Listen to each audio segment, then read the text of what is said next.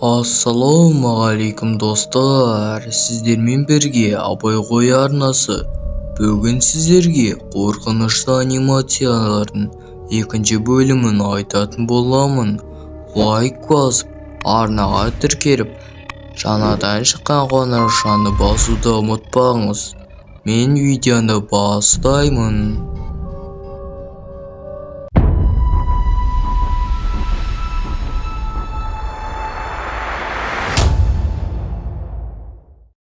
Анимацияның басы.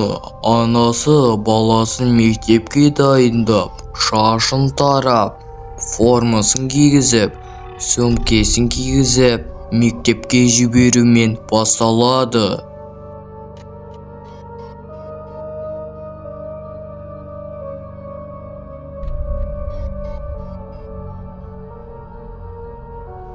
Анасы өрмек тоқып отырады. Бір сәтте есік тоқылдайды. Есікті ашса, жасыл кәмпитпен көзін жауып тұрған баласы болып шығады. Анасы басын қағып өзіне кетіп қалады. Бала айнаға бұрылып, көзін қарап мұңаяды да. Бірақ баланың бар назары жасыл кәмпитте болды. Бөлме ортасында бала жасыл кәмпитте жеп отырады.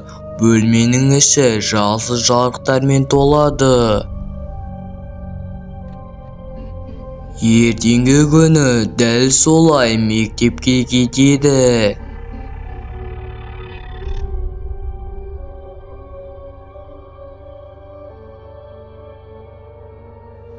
Кеш болып баласы келеді. Анасы ештеңеге мән бермейді. Бірақ баланың қолы жоқ болып шығады. Ертеңгі күні де дәл солай өтеді. Анасы баласын уайымдап сағатқа қарайды. Баланың мектептен келетін уақыты болады. Есікті біреу соғады. Есікті ашса баласы екен. Баласы жүре алмай еденге құлайды. Баланың бір аяғы, бір қолы және бір көзі жоқ болып шығады. Анасы шошып кетеді. Бірақ баланың бар назары жасыл кәмпитте болды.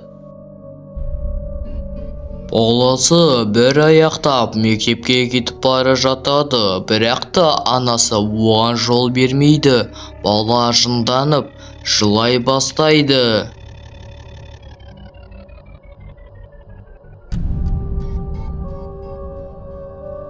Бөлмеде жылап отырған балаға анасы көптеген кәмпиттер алып келеді.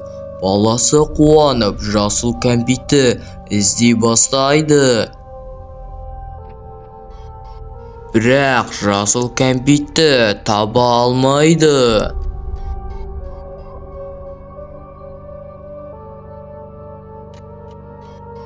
Бұдан шаршаған бала терезе арқылы қашып шығады.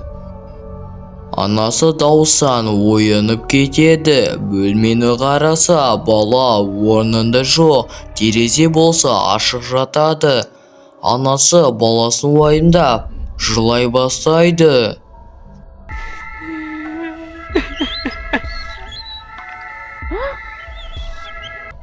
Бір кезде асығып бара жатырған ерекше баланы көріп қалады.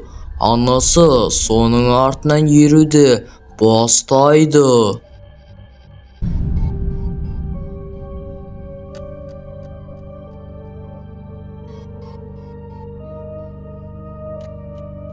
Анасы баланың келген жерін қараса, көптеген балалар жасыл кәмпитті алу үшін кезекте тұр екен.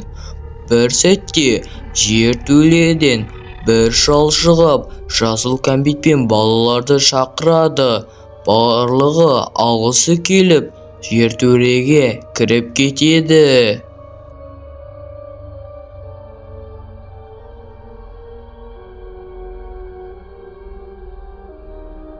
Сол жерде анимацияның басындағы бала бар еді. Ол да анасына қарамай кіріп кеткенде есік жабылады. Бір сәтте есік ашылады, ішіне басы жоқ қыз кетіп барады. Содан соң анасы жақындайды, қараса баласының тек құлағы ғана қалған екен, көріп шошып кетеді.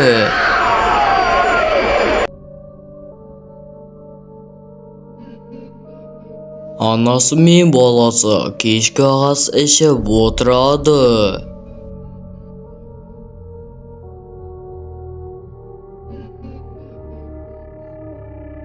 Анасы баласына сыбырлайды.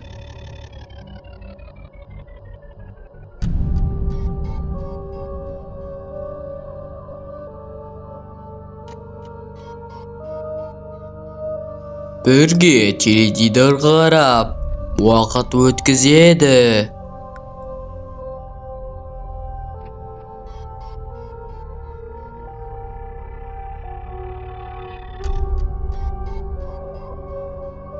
Бір кезде құлақта жоқ болып шығады.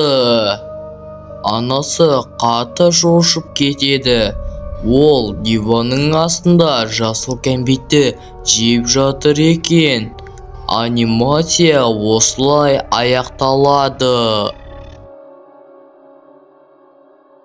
Енді осы анимацияны талқылайық. Жасыл кәмпит бұл жерде есірткі ретінде көрсетілген болатын. Енді балалар бір дәмін көріп, мәңгілік оған жерік болып қалады. Бұл жерде бізге көшеде бөтен нәрсе алып жемеу керектігін көрсетіп тұр. Осымен достар, видео өз мәресіне жетті. Ұнаса лайк басып, арнаға тіркеліп, жаңадан шыққан қоңыраушаны басуды ұмытпаңыз. Және пікірге анимация туралы өз пікіріңізді жазыңыз. Ол бізге өте маңызды. Сіздермен бірге болған мен Абай ғой арнасы. Келесі кездескенше сау болыңыздар.